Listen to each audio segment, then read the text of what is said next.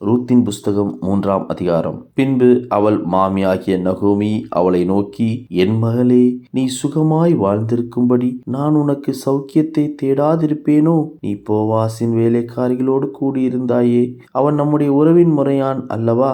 இதோ அவன் இன்று ராத்திரி களத்திலே வார்கோதுமையை தூற்றுவான். நீ குளித்து எண்ணெய் பூசி உன் வஸ்திரங்களை உடுத்தி கொண்டு அந்த களத்திற்கு போ.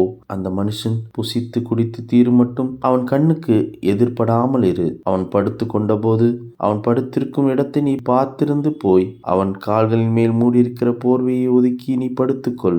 அப்போது நீ செய்ய வேண்டியது என்னதென்று அவன் உனக்கு சொல்லுவான் என்றாள். அதற்கு அவள், நீர் எனக்கு சொன்னபடியெல்லாம் செய்வேன் என்றாள். அவள் களத்திற்கு போய் தன் மாமி தனக்கு கற்பித்தபடியெல்லாம் செய்தாள். போவாஸ் புசித்து குடித்து மகிழ்ச்சியாயிருந்து ஒரு அம்பாரத்து அடியில் வந்து படுத்து கொண்டான். அப்போது அவள் மெல்ல போய் அவன் கால்கள் மேல் மூடியிருக்கிற போர்வையை ஒதுக்கி படுத்து கொண்டாள். பாதி ராத்திரியிலே அந்த மனுஷன் அரண்டு திரும்பி ஒரு ஸ்திரீ தன் பாதத்தண்டையில் படுத்திருக்கிறதை கண்டு, நீ யார் என்று கேட்டான். அவள், நான் உம்முடைய அடியாளாகிய ரூத், நீர் உம்முடைய அடியான் மேல் உம்முடைய போர்வையை விரியும், நீ சுதந்திரவாளி என்றாள். அதற்கு அவன், மகளே, நீ கர்த்தரால் ஆசீர்வதிக்கப்படுவாயாக.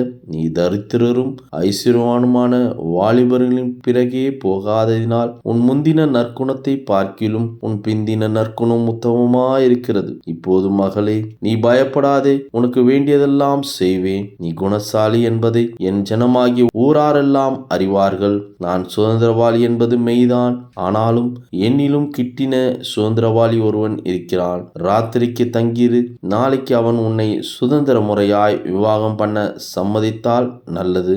அவன் விவாகம் பண்ணட்டும். அவன் உன்னை விவாகம் பண்ண மனதில்லாதிருந்தானாகில் நான் உன்னை சுதந்திர முறையாய் விவாகம் பண்ணுவேன் என்று கர்த்தருடைய ஜீவனை கொண்டு ஆணையிடுகிறேன்.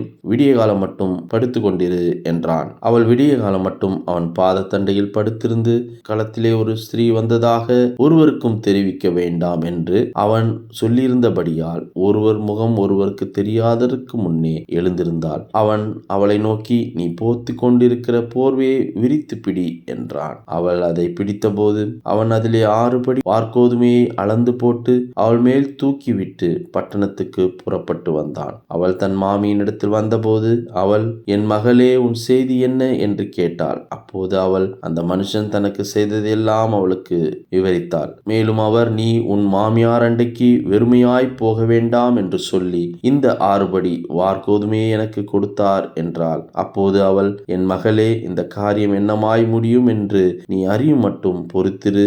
அந்த மனுஷன் இன்றைக்கு இந்த காரியத்தை முடிக்கும் முன் இளைப்பாற மாட்டான்.